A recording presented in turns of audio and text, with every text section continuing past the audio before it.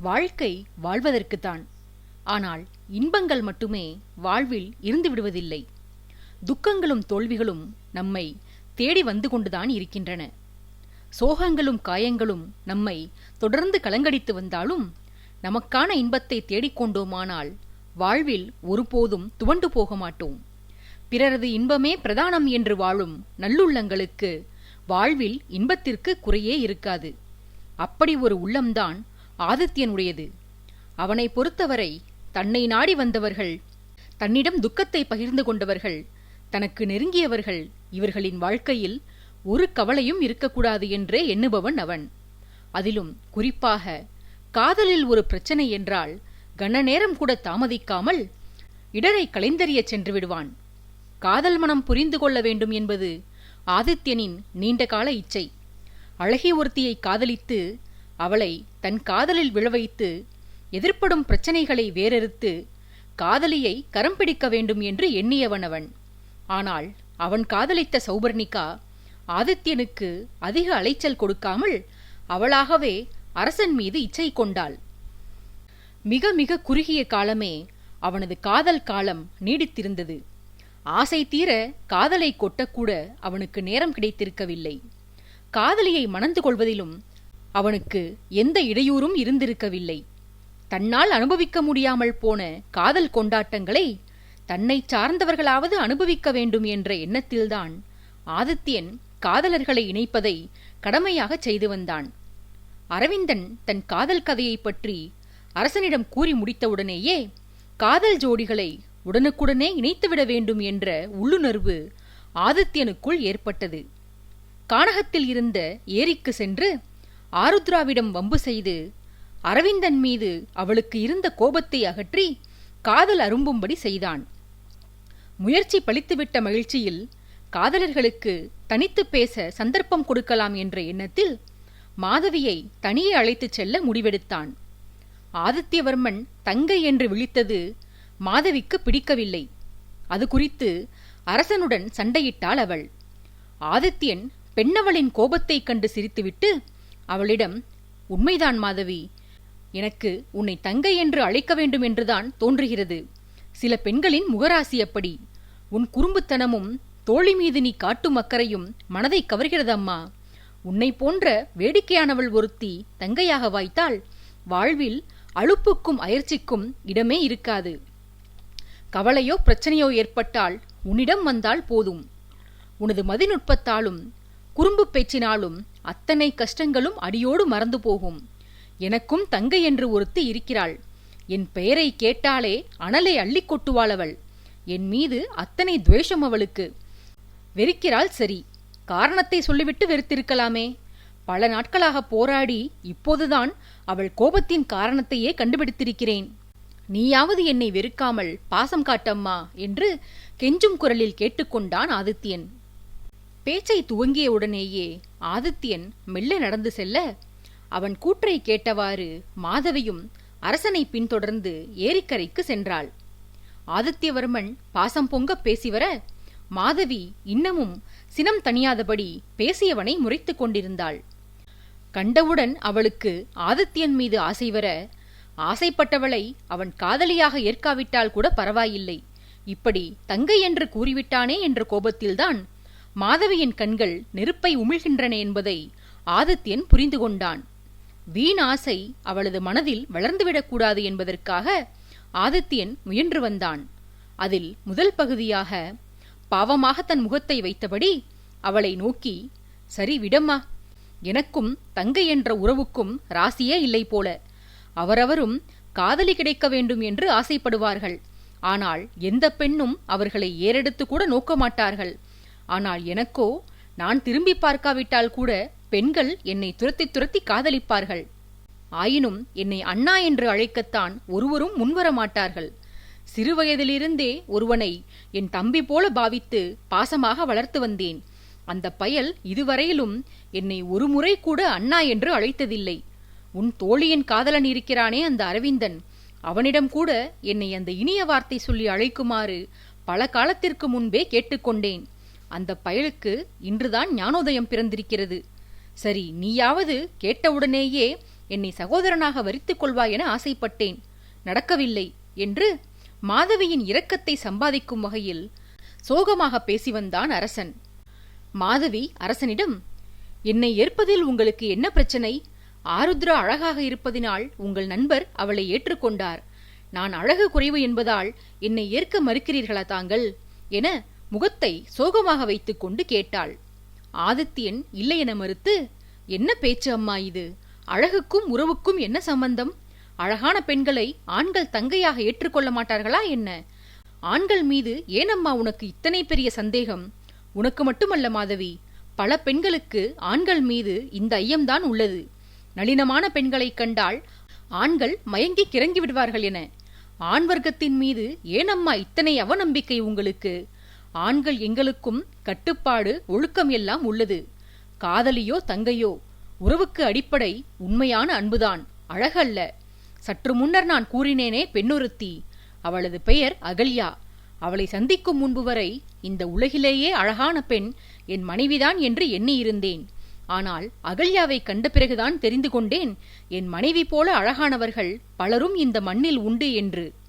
அவள் என்னை அண்ணனாக ஏற்க மறுத்தும் நான் இன்றளவும் அவளை என் தங்கையாகவே பாவித்து வருகிறேன்.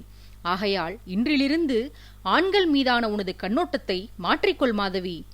ஆண்கள் அனைவருமே மோசமானவர்கள் அல்ல என ஆண்களுக்கு ஆதரவாக விளக்கி வந்தான் ஆதித்யன். மாதவியோ ஆதித்யனின் வாதத்தை ஒரு கட்டத்திற்கு மேல் கவனிக்கவே இல்லை. அவன் தனது மனைவி பற்றி குறிப்பிட்டதிலிருந்து மாதவியின் கவனம் வேறுபுறமாக சென்று கொண்டிருந்தது. ஆதித்யன் பேச்சை நிறுத்தியதும் முதல் கேள்வியாக, அப்படியென்றால் நீங்கள் திருமணமானவரா? உங்களுக்கு விவாகம் முடிந்துவிட்டதா? ஏன் இதை முன்பே கூறவில்லை என்று ஏமாற்றமும் கோபமும் ததும்ப கேட்டாள். ஆதித்யன் அவளது நிலை கண்டு வருந்தினாலும் அந்த வருத்தத்தை வெளிக்காட்டிக் கொள்ளாமல், மாதவி, ஆக மொத்தம் நான் பேசிய எந்த வார்த்தையும் உனது செவிகளில் விழவே இல்லை. என் மனைவி ஒருத்தியே உன் மனதில் நிற்கிறாள், அப்படித்தானே என்று கேட்டான். மாதவி ஆம் என தலையாட்டியதோடு, எப்போது உங்களுக்கு திருமணமானது? நீங்கள் மணமானவர் என்று முன்பே என்னிடம் கூறியிருக்கலாமே. இப்படி இன்னொரு பெண்ணுக்கு உரிமையானவரிடம் நான் கௌரவக்குறைவாக பேசிவிட்டேனே, என்னை மன்னித்துக் கொள்ளுங்கள் என்று வருத்தமும் குற்ற உணர்ச்சியும் மேலோங்க வேண்டினாள் மாதவி. பேசியவளின் கேசத்தை ஆதித்யன் ஆதரவாக வருடிக் கொடுத்து, நீ அற்புதமானவள் அம்மா. திருமணம் ஆனவன் என்று தெரிந்தவுடனேயே நீ கண்ணியத்தை கடைபிடிக்க ஆரம்பித்து விட்டாய். உன்னை நினைத்தால் எனக்கு பெருமையாக உள்ளது. உன் உயரிய குணத்திற்காக உன்னிடம் ஒரு ரகசியத்தை கூறுகிறேன். சற்று முன்னர் கேட்டாயே, உங்களுக்கு திருமணம் ஆகிவிட்டதா என. எனக்கு ஒன்றல்ல 5 திருமணங்கள் நடந்தேறிவிட்டன. ஒரு மகன் உள்ளான். இப்போது எனது 4வது மனைவி கர்ப்பமாக உள்ளாள். பல மனைவிகளை கொண்ட என்னிடம் காதலை வெளிப்படுத்திய முதல் பெண் நீ அல்ல. உனக்கு முன்பாகவே பல பெண்கள் என்னை காதலித்துள்ளனர். வருங்காலத்திலும் அது தொடரும் என்றே எனக்கு ஆருடம் சொன்னார்கள் என்று முகத்தை கூராக வைத்தபடி கூறி வந்தவன் தன் இடையிலிருந்து ஒரு குறுங்கத்தியை எடுத்து அதை மாதவி முன்பாக நீட்டி, இதோ பாரம்மா, இது சாதாரண கத்தி அல்ல, மந்திர சக்தி வாய்ந்தது. இது எங்கு சுற்றினாலும் இந்த கத்தி என் கையிலேயே வந்து சேர்ந்துவிடும். இதை மீட்டுச் செல்ல இந்த கத்திக்கு சொந்தக்காரி விரைவில் வருவாளாம். கத்தியுடன் சேர்த்து அதை வைத்திருப்பவனையும் கவர்ந்து கொண்டு செல்வாளாம் அவள். எனக்கு சாகசங்கள் மர்மங்கள் என்றால் உயிர். கத்திக்கு உரியவள் எப்படி வரப்போகிறாள், என்னை அவள் என்ன செய்யப் போகிறாள் என அறிந்து கொள்ள பல ஆண்டுகளாக காத்திருக்கிறேன் என்று ஏதேதோ சொல்லி மாதவியின் மன வருத்தத்தை போக்க முயன்றான் ஆதித்யன். அரசனின் வார்த்தைகளுக்கு மாதவி செவிமடுத்து வந்தாலும் அவளது ஆழ்மனம் வேறு எதையெதையோ சிந்தித்து வந்தது. தான் ஆருத்ராவை போன்று கலையான தோற்றம் கொண்டவள் இல்லை என்ற தாழ்வு மனப்பான்மை மாதவிக்கு உள்ளூர உண்டு. இந்த தாழ்வு மனப்பான்மையை அவளது அடிநெஞ்சில் விதைத்தவளே மாதவியை பெற்றெடுத்த தாய்தான். அழகான பெண்களோடு எப்போதும் மாதவியை ஒப்பீடு செய்தபடி இருப்பாள் அவள் அன்னை. அதோ அந்த பெண்ணை பாரடி, எத்தனை அடி நீள கூந்தல் அவளுக்கு! உன் கூந்தலும் இருக்கிறதே எலிவாள் போல. ஒழுங்காக தலைமுடியை பராமரித்து வா என்றால் செய்கிறாயா நீ? இவளை பாரடி, எத்தனை நளினமாக நடை போடுகிறாள்! நீயும் போடுகிறாயே ஒரு நடை, புராணத்தில் வரும் அரக்கிகளின் நடையைப் போல என்றெல்லாம் மகளை கடிந்து கொண்ட வண்ணமே இருப்பாள் அன்னை. மகள் மீது பேரன்பு கொண்டவள்தான் அந்த அன்னை. மகளது மனதை புண்படுத்துவதற்காக அவ்விதம் பேசமாட்டாள் அவள். மாறாக மகளுடைய தவறை எடுத்து கூறினால் அவள் தனது இயல்புகளை மாற்றிக்கொண்டு விட மாட்டாளா என்ற ஆதங்கம்தான் அவளுக்கு. மாதவியிடம் பொதுவாக பிறர் கண்ட குறை அவளது குறும்புத்தனங்களும் வேடிக்கை பேச்சுகளும் தான். இயற்கையாக பெண்களுக்கு இருக்கும் நாணமும் கூச்சமும் அவளிடம் சற்று குறைவு. ஆணாக பிறந்திருக்க வேண்டியவள் பெண்ணாக பிறந்துவிட்டாள் என்று பலரும் அவளை சொல்வதுண்டு. யார் என்ன சொன்னாலும், அவளது அங்கலட்சணங்களை பற்றி யார் என்ன எடுத்துரைத்தாலும் மாதவி இதுவரையிலும் வருந்தியதே இல்லை. ஏனோ அன்றைக்கு ஆதித்யன் தங்கை என்று சொன்னது அவளது அடிமனதில் ஆழமான காயத்தை ஏற்படுத்தி அவளுக்குள் தாழ்வு மனப்பான்மையை உண்டு பண்ணியிருந்தது. ஆதித்யன் தனது மனைவியின் அழகை வர்ணித்தவுடன் தானும் அழகானவளாக பிறந்திருந்தாள், தனக்கும் ஆதித்யன் போல் ஒரு மன்மதன் கிடைத்திருப்பானே என்று ஏங்கத் துவங்கினாள் மாதவி. ஆதித்யன் பேசிக்கொண்டிருந்த வேளையில் தனது தோற்றம் குறித்த இந்த நினைவுகளில் மூழ்கி போனாள் அவள். எதிரில் இருந்தவளின் மனதை மொத்தமாக படித்தறிந்த ஆதித்யன், நீ நினைப்பது தவறு மாதவி. அழகு என்பது உடலில் இல்லை, அது மனதில் உள்ளது. முகம் கலையாக இருந்தால் மட்டும் அனைவரும் நம்மை விரும்பிவிட மாட்டார்கள். ஆனால் உள்ளம் அழகானதாக இருந்தால் எதிரி கூட நம்மிடம் சரணடைந்து விடுவான். உன் தோற்றம் பற்றிய எண்ணத்தை கைவிடு. பேரழகிகளுக்கு கூட இல்லாத மதிநுட்பம் உனக்கு இருக்கிறது. அலங்காரங்கள் செய்து கொண்டால் எவர் வேண்டுமானாலும் அழகாகலாம். ஆனால் அறிவு அப்படியல்ல. என்ன செய்தும் எப்பாடுபட்டும் இல்லாத அறிவை இருப்பது போல காட்டிக்கொள்ள முடியாது. எத்தனை முயன்றாலும் அறிவீனம் வெளிப்பட்டுவிடும். நீ பேசும் ஒவ்வொரு வாக்கியத்திலும் அறிவு நிரம்பி ததும்புகிறதம்மா. உண்மையில் உன்னை மணக்கவிருக்கிறவன் பாக்கியவான். உனக்கு தாழ்வு மனப்பான்மை வேண்டாமம்மா என்று மாதவிக்கு தன்னம்பிக்கை ஊட்டியதோடு அவளுக்கு ஆறுதல் கூறி தேற்றியும் வந்தான். பேசிக்கொண்டு போனவனை வினோதமாக பார்த்தபடி இருந்த மாதவி அரசனின் பேச்சை இடைமறித்து, ஐயா, நான் மனதில் எண்ணியதை தாங்கள் தெள்ளத் தெளிவாக புரிந்து கொண்டு எனக்கு ஆறுதல் கூறுகிறீர்கள். நான் என் தாழ்வு மனப்பான்மை குறித்து எதுவும் வாய்விட்டு சொல்லவில்லை. இருந்தும் சரியாக தாங்கள் அதை கண்டுபிடித்து அதற்கு தகுந்த விளக்கமும் தருகிறீர்கள்.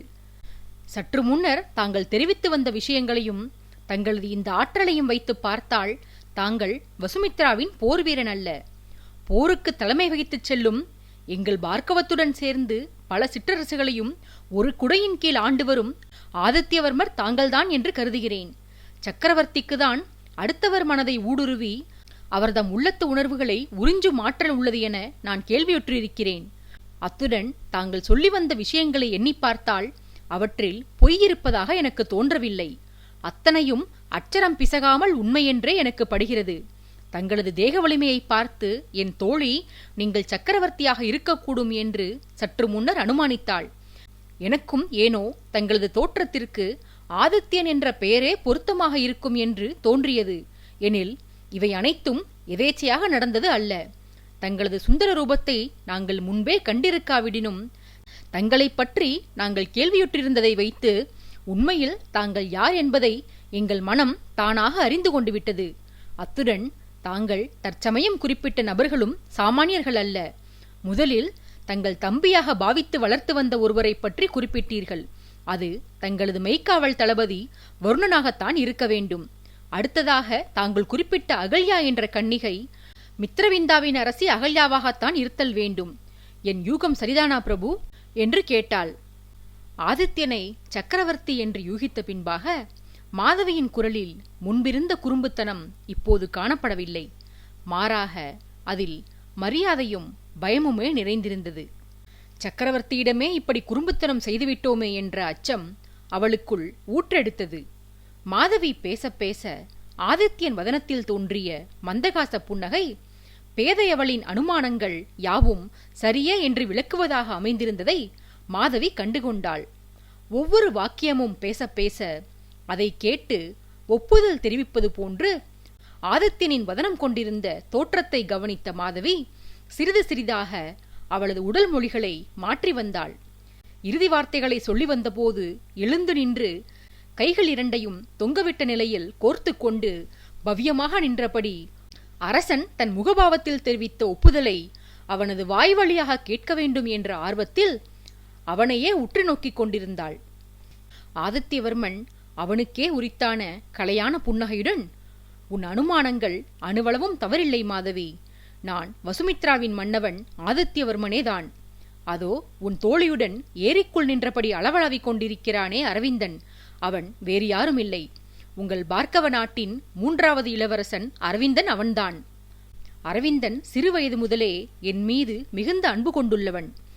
அவன் காதலுக்கு உதவுவதற்காகவே நான் இங்கு வந்தேன் என்று அரசன் சொல்லிக் கொண்டு போக, இம்முறை நின்று கொண்டிருந்த மாதவி விருட்டென தரையில் மண்டியிட்டு கைகள் இரண்டையும் மன்னிப்பு கேட்கும் பாவனையில் கூப்பினாள். அரசனாக இருப்பானோ என்று யூகித்த போது வராத பெரும் அச்சம் அவன் தன் வாய்ப்பட தான் தான் மன்னவன் என்று தெரிவித்த பின்னால் மாதவிக்கு நடுக்கத்தையே உருவாக்கியது. அவள் ஆதித்யனை நோக்கி, அரசே, இந்த அடிமைகளை மன்னித்து விடுங்கள். தாங்கள் யாரென்று அறியாமலேயே நானும் எனது தோழியும் தங்களுடன் வாதம் செய்துவிட்டோம். எங்கள் பிழைகளை பொறுத்தருளுங்கள் பிரபு என்று வேண்டினாள். மாதவியின் கண்களில் துளிர்த்த விழிநீரைக் கண்ட ஆதித்யவர்மன், நீ இத்தனை தூரம் கலங்குவாய் என்று தெரிந்திருந்தால் நான் என்னை வெளிப்படுத்தி இருக்க மாட்டேன் மாதவி. என்னை சாதாரண போர் வீரன் என எண்ணிய போது நீ வெளிப்படுத்திய மதிநுட்பம் நான் சக்கரவர்த்தி என்று தெரிந்த பின்னால் காணாமல் போனது. இதற்குதான் நான் யார் என்பதை பொதுவாக வெளிக்காட்டிக் கொள்வதில்லை. என்னால் பிறருடைய அறிவும் ஆற்றலும் மங்கிவிடுகிறது. நான் போரில் பல உயிர்களை கொன்ற ஒரு கொடூரன் என்பதால் என் மக்களே என்னை அரக்கனாகத்தான் பார்க்கின்றனர். அன்புக்கு பதிலாக என் மீது அச்சமே காட்டுகின்றனர். இது எனது சாபக்கேடு போல என்று வருந்திச் சொல்லி வந்தான். அச்சமயம் மாதவி குறுக்கிட்டு, என்ன வார்த்தை சொன்னீர்கள் பிரபு? தாங்கள் அரக்கனா? யார் உங்களை அவ்விதம் எண்ணுவது? நம் ராஜ்யத்தின் மக்கள் தங்களை அவதார புருஷனாக அல்லவா பார்க்கின்றனர். அதிலும் குறிப்பாக பார்க்கவத்தின் பிரஜைகளுக்கு நீங்கள் தெய்வத்தின் தெய்வம். ஆம் பிரபு, நாங்கள் தெய்வமாக போற்றுவது எங்கள் மன்னர் நந்தகோபாலரை. அவர் தெய்வமென மதிப்பது சக்கரவர்த்தி தங்களை. ஆகையால் தாங்கள் எங்களுக்கு தெய்வத்தை விட உயர்ந்தவர் பிரபு. எங்களுக்கு தங்கள் மீது உள்ளதெல்லாம் பயபக்திதான் பிரபு. தவறிழைத்தால் இறைவன் தண்டிப்பார் என்று உள்ளூர ஒரு பயம் இருக்குமே, அதே பயம்தான் தங்களைக் கண்டாலும் எங்களுக்கு தோன்றுகிறது. அதே நேரத்தில் நல்லவர்களுக்கு இறைவனைக் கண்டால் ஒருவித பிரேமை ஏற்படுகிறதே, அதே அன்பும் பிரேமையும் எங்களுக்கு தங்களை எண்ணும் போது உண்டாகிறது அரசே. இந்த அடியவள் தங்கள் மனதை புண்படுத்தி இருந்தால் தயவு கூர்ந்து மன்னிக்கவும் என்று மறுபடியும் கைகூப்பி வேண்டினாள். கூப்பிய மாதவியின் கரங்களை தன் 2 கரங்களாலும் பற்றி கொண்ட ஆதித்யன், உன் வார்த்தைகள் என்னை குளிர்வித்தன அம்மா. உன் குறும்புத்தனத்தையும் குணாதிசயங்களையும் எவருக்காகவும் மாற்றிக்கொள்ளாதே. நீ ஆசைப்பட்ட என்னை உனக்கு கொடுக்க எனக்கு உரிமை இல்லை. ஆனால் உனக்கு நல்லதொரு வரனை நானே தேடித் தருவேன். நீ விரும்பினால் வசுமித்ராவின் தலைநகரிலேயே உனக்கான வரனை தேர்ந்தெடுப்பேன். என்ன சொல்கிறாய்? ஆதித்தபுரி வந்துவிடுகிறாயா என்று கேட்டவாறு புருவங்களை உயர்த்தி புன்னகைத்தான் ஆதித்யன். மாதவி நாணத்தால் நெளிந்து, அடியவளிடம் கேள்வி எதற்கு பிரபு? தங்கள் கட்டளை எதுவானாலும் அதை நான் சிரம் தாழ்த்தி ஏற்பேன் என்று பதிலளித்தவள் பின்பு எதையோ கேட்க ஆரம்பித்து தயக்கத்தால் தன் கேள்விக்கு தானே தடை விதித்தாள். மாதவியின் உள்ளத்தை உணர்ந்த ஆதித்யன் அவளிடம், நான் அரசன் என்ற உண்மையை உன்னிடம் ஏன் வெளிப்படுத்தினேன் என்றுதானே கேட்க வருகிறாய் மாதவி? நீ கருதுவது உண்மைதான். நான் நினைத்திருந்தால் என் உண்மை அடையாளத்தை உன்னிடம் மறைத்திருக்க முடியும். ஒரு காரணத்திற்காகத்தான் உன்னிடம் நானே என்னை காட்டிக் கொடுத்து கொண்டேன் அம்மா. இளவரசன் அரவிந்தன் உன் தோழி ஆருத்ராவை மனதார காதலிக்கிறான். அந்த ஜோடிகள் எந்த சங்கடமும் இன்றி வாழ்வில் இணைய வேண்டும். அரவிந்தன் அவன் தந்தைக்கு 3வது மைந்தன். அவனது மூத்த தமையனுக்கே இப்போதுதான் திருமணம் நிகழவிருக்கிறது. அரவிந்தனுக்கு விவாகம் நடைபெற இன்னும் பல காலம் பிடிக்கும். அதுவரையிலும் ஆருத்ராவிற்கு எந்த ஆபத்தும் நேர்ந்துவிடக்கூடாதம்மா. அரவிந்தன் அவன் தமையன்களை விட அறிவிலும் அழகிலும் வீரத்திலும் சிறந்தவன். இது பலருடைய கண்களையும் உறுத்துகிறது.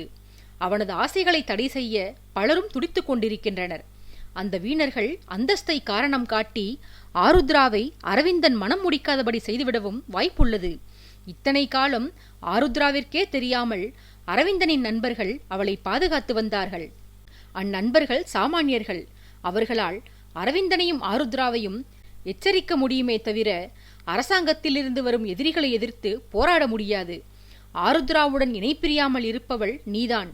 உனக்கு இருக்கும் அறிவாற்றலுக்கு நீ நினைத்தால் எந்த ஒற்றனும் உன் தோழியை நெருங்க முடியாது. உன் சமயோசித புத்தியால் நீ கயவர்களை ஏமாற்றி விடுவாய். மூத்த இளவரசர்களுக்கு திருமணம் முடிந்து காலம் கனியும் வரையிலும் நாம் பொறுமை காக்கத்தான் வேண்டும்.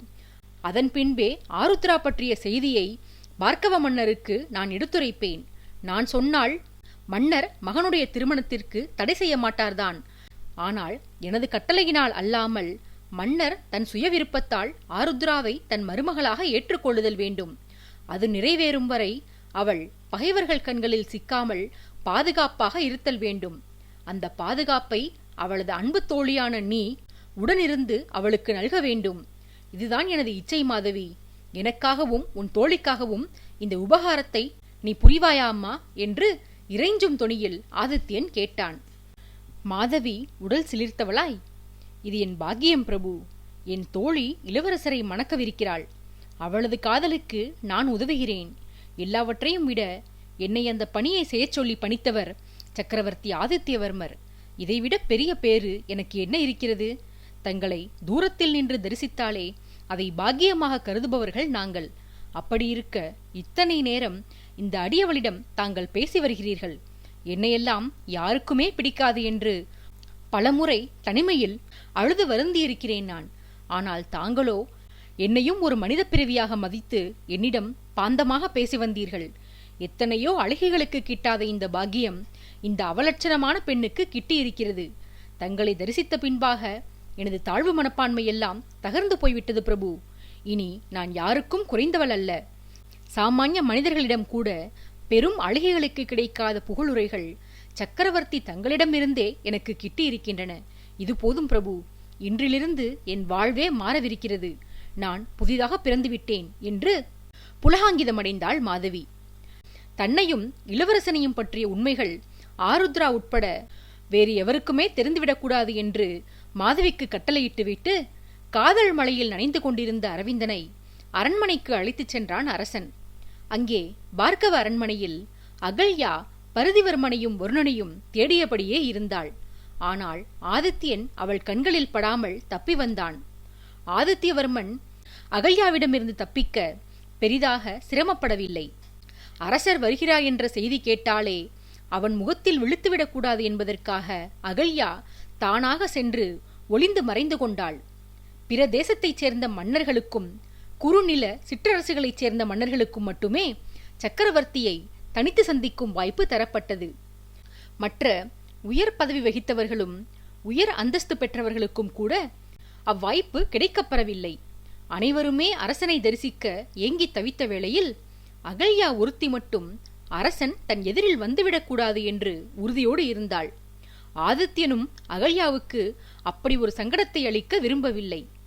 தங்கையை சந்திக்க ஒரு குறிப்பிட்ட சந்தர்ப்பத்தை எதிர்நோக்கி காத்து கொண்டிருந்த ஆதித்யன் அதற்கு முன்பாக அவள் தன்னை கண்டுவிடக்கூடாது என சபையை கூட திரட்டாதிருந்தான். சபை திரட்டினால் சிற்றரசுகளின் ஆட்சியாளர்கள் கலந்து கொண்டே தீர வேண்டும். அப்போது அகல்யாவும் அங்கு வர நேரிடும். இதனால் சபையை கூட்டுவதை ஒத்தி போட்டு வந்த ஆதித்யனுக்கு நெருக்கடியானதொரு நிலை ஏற்பட்டது. மன்னர் நந்தகோபாலர் அரசனிடம் வந்து, பிரபு, விருந்தினர்கள் அனைவரும் உங்களை தரிசிக்க துடிக்கின்றனர். தாங்கள் வருகை புரிந்து பல நாட்கள் ஆகிவிட்டது. இன்னமும் தாங்கள் காட்சியளிக்காதது நம் முக்கியஸ்தர்களுக்கு பல்வேறு சந்தேகங்களை ஏற்படுத்துகிறது பிரபு. நானும் என்னால் இயன்ற வரையில் ஏதேதோ காரணங்களை சொல்லி அவர்களை கட்டுப்படுத்தி வைத்திருந்தேன். ஆனால் இப்போது வேறு ஒரு பிரச்சனை தலை தூக்கியிருக்கிறது அரசே. தாங்கள் தளபதி வருணன் மீதுள்ள பயத்தினால்தான் பொதுவெளியில் பகிரங்கமாக பிறரை சந்திக்க அஞ்சுகிறீர்கள் என்று யாரோ சில விஷமிகள் புரளியை கிளப்பியிருக்கின்றனர். தங்களுக்கும் தளபதிக்குமான பூசலை பற்றி தெரியாதவர்களுக்கு கூட காட்டுத்தீ போன்று பரவிய இந்த வதந்தியால் அனைத்து விஷயங்களும் தெரிந்துவிட்டது. உள்ளது உள்ளபடியே தெரிந்திருந்தாலும் பரவாயில்லை. பல திரிபுகளாக திரிந்து ஆளாளுக்கு வாய்க்கு வந்தபடி தங்கள் கற்பனையெல்லாம் கொட்டத் துவங்கிவிட்டனர்.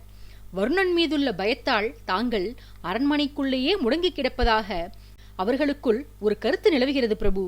தாங்கள் ஏதோ ஒரு காரணத்தினால்தான் பொதுச்சபை கூட்ட தயங்குகிறீர்கள் என எனக்கு விளங்குகிறது அரசே. இருப்பினும் வந்தவர்களின் வாயை அடைக்க என்னால் இயலவில்லை. தங்களது வீரத்தை கேள்விக்குறியாக்கும் இந்த வதந்திகளினால் நம் படைவீரர்கள் மிகுந்த கோபத்தில் உள்ளனர். அவதூறு பேசுபவர்களை அடித்து துவம்சம் செய்ய அவர்களின் புஜங்கள் துடிக்கின்றன. நம் வீரர்களை சமாதானப்படுத்துவதே எனக்கு தலையாய பணியாக உள்ளது பிரபு. இவ்விஷயத்தில் என்ன நடவடிக்கை எடுப்பது என்று என் மூளைக்கு எட்டவில்லை. சக்கரவர்த்தி தாங்கள் நினைத்தால் இந்த இடரை களைந்து விடலாம். தாங்கள் நன்கு யோசித்து இதற்கு ஒரு தீர்வு காணுங்கள் அரசே என்று மன்றாடி நின்றார் நந்தகோபாலர். மன்னரின் வார்த்தைகளுக்கு செவிமடுத்த ஆதித்யவர்மன் அவர் பேசி முடித்த பின்பாக தன் தாடியை வருடிக் கொடுத்து ஏதோ யோசித்தான்.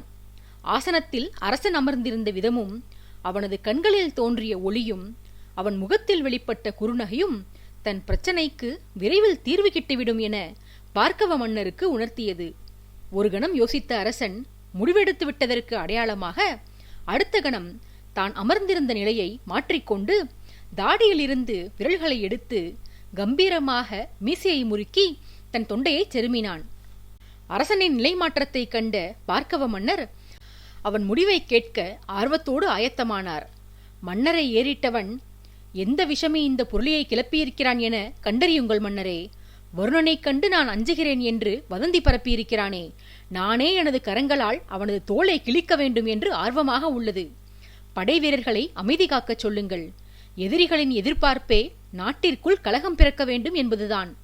படை வீரர்கள் ஆவேசப்பட்டார்களானால் இங்கு இளவரசனின் திருமணம் நடைபெறாது. என்னை அவதூறு பேசுபவர்களுக்கு இறுதி காரியமே நடைபெறும்.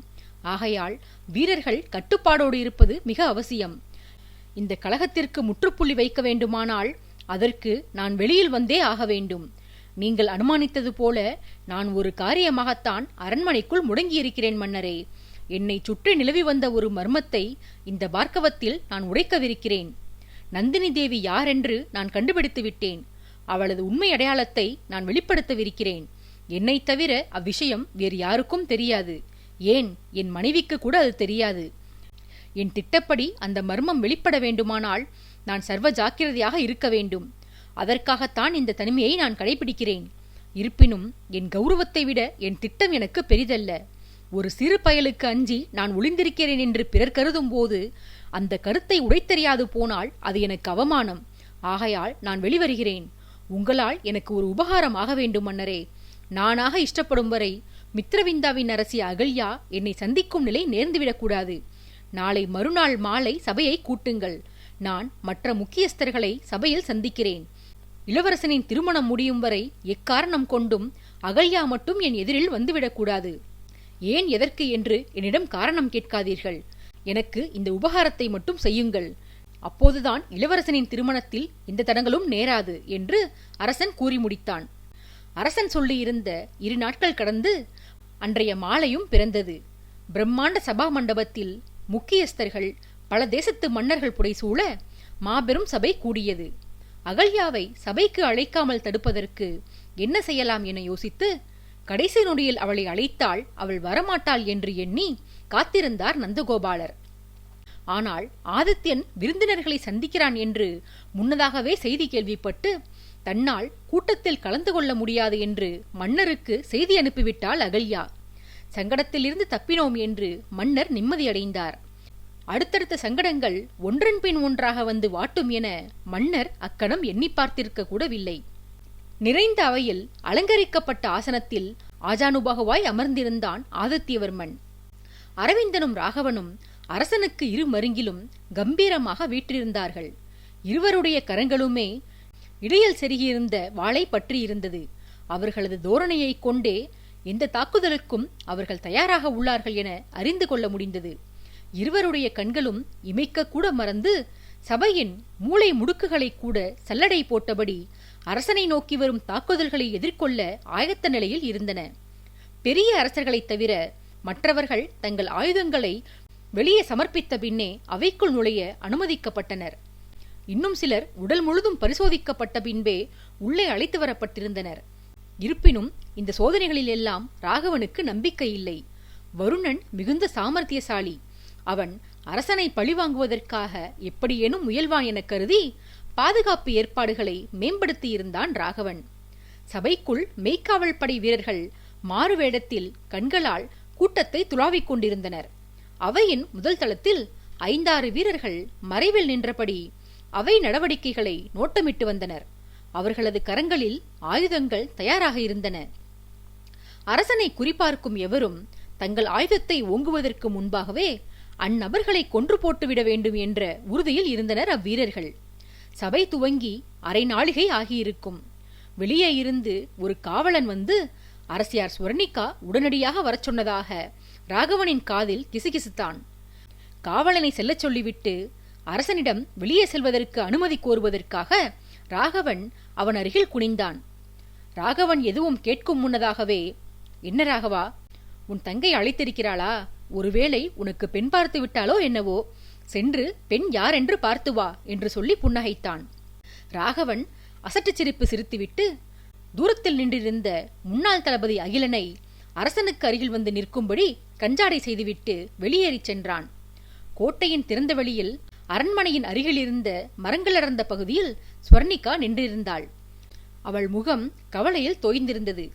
ராகவன் அவளுக்கு அருகில் சென்று, தேவி, என்னை வரச் சொல்லி கட்டளையிட்டீர்களாமே, அனைத்தும் நலந்தானே? ஏன் இந்த கவலை? என்னானது தேவி? அரசவையில் தாங்கள் அரசருக்கருகில் வீற்றிருக்க வேண்டுமே. எத்தனை பெரிய சபை இது! பல தேசத்து மன்னவர்களும் கூடியிருக்கும் மாபெரும் சபை.